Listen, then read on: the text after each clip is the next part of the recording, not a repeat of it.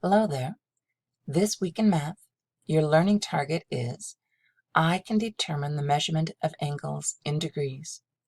On Monday, your assignment is to explore measuring angles on a protractor.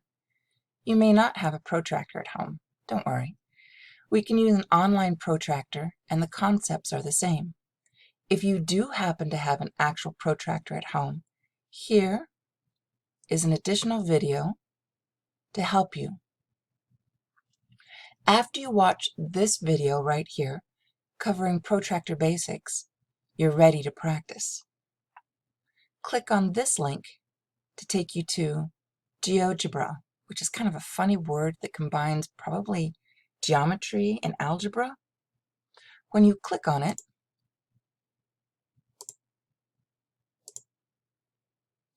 it takes you to a new screen, measuring angles using a protractor. And in it, you can tell that you've got a couple things that will help you. There are two topics that I'll cover. One, what I notice and navigation.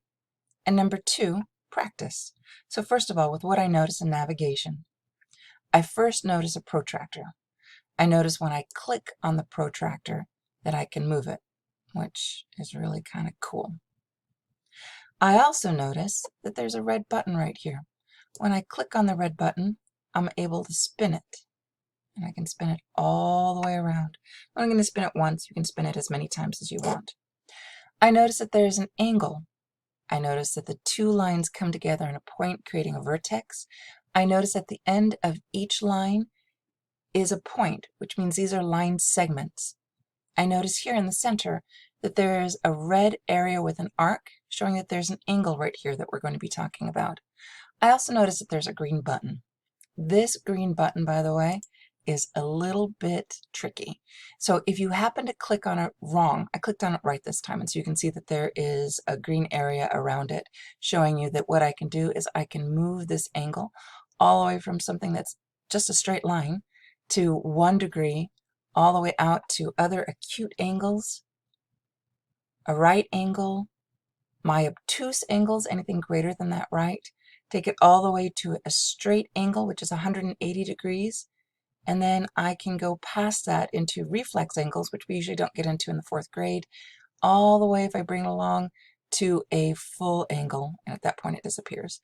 So this is 358 degrees right there. So I can take that all the way back around. When the button is green, you're able to play with the angle, either one, and move it. Occasionally, if you notice, whenever I clicked on that one, that the line was the thing that highlighted. When the line is highlighted, you cannot move the angle, and so you just have to go back and make sure that when you're clicking on that green point at the end. Now you can see the different angles I create, leaving it back at an acute angle. The next button I see is random. What random does is it gives me a new angle. Let's just say I don't like that angle because it's a reflex angle and we don't really work on those. I click it again and it gives me an obtuse angle, which I like a lot.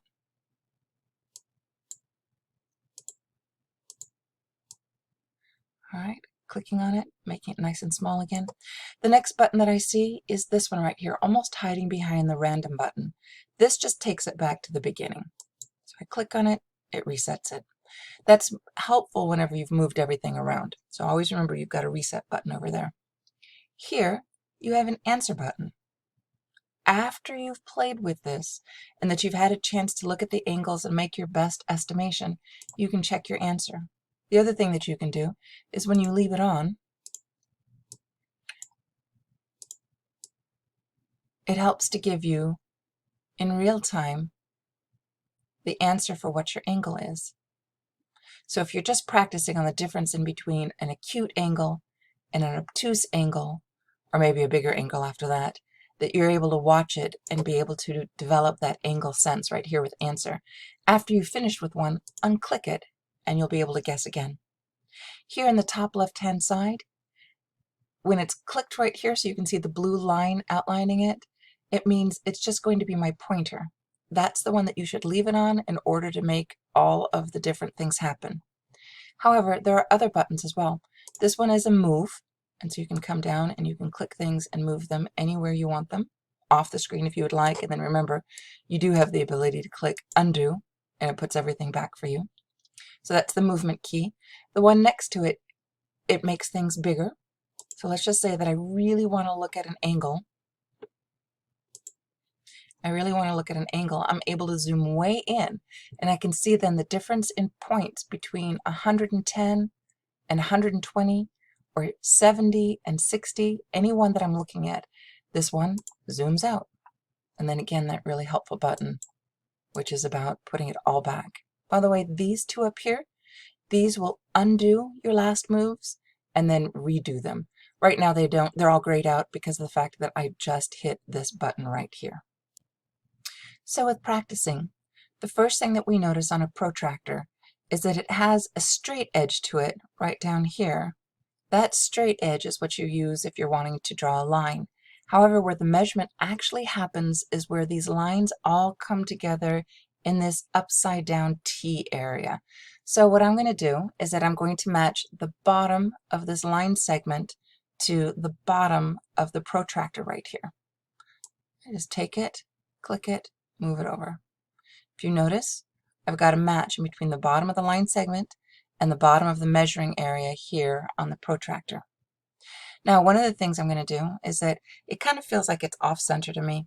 So let's just say I'm going to move it and make it a little bit bigger. Move it again.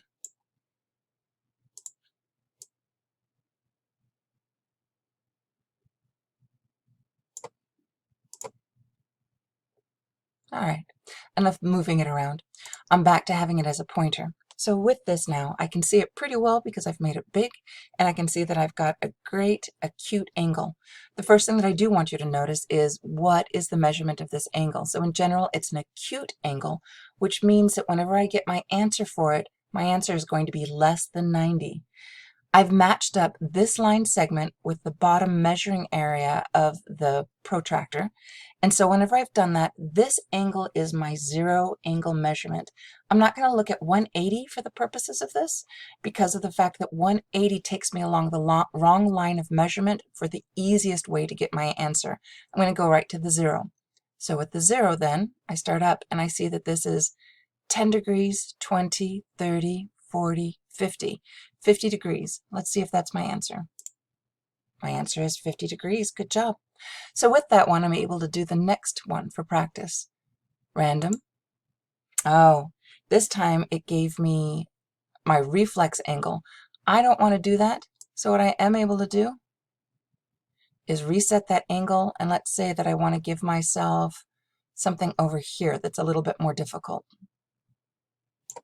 If you notice, I left the answer key on, so it automatically gave me the answer. I'm going to unclick it and see if I can get the same answer here. Because this is the bottom line that I matched to my protractor, this is my 0. So I start off with 0, and I quickly go through the numbers, 10, 20, 30, 40, 50, 60, 70. I know that it's going to be more than 80. I know that it's going to be less than 90. And then what I can do is I can go out and count the actual points. 1, 2, 3, 4 on that scale. So I know that my answer is 84. We already know that's correct because that's what it said. I hope you have fun playing with this protractor. Please remember, always practice. Some of the fun things about clicking, when you get the big green dot, you know that you've got it right and that you can move the angle anywhere that you want it. Your random key to give you another random one. Clicking your answer on or off depending upon what you need. And then the reset button if you need it. Hope you enjoy.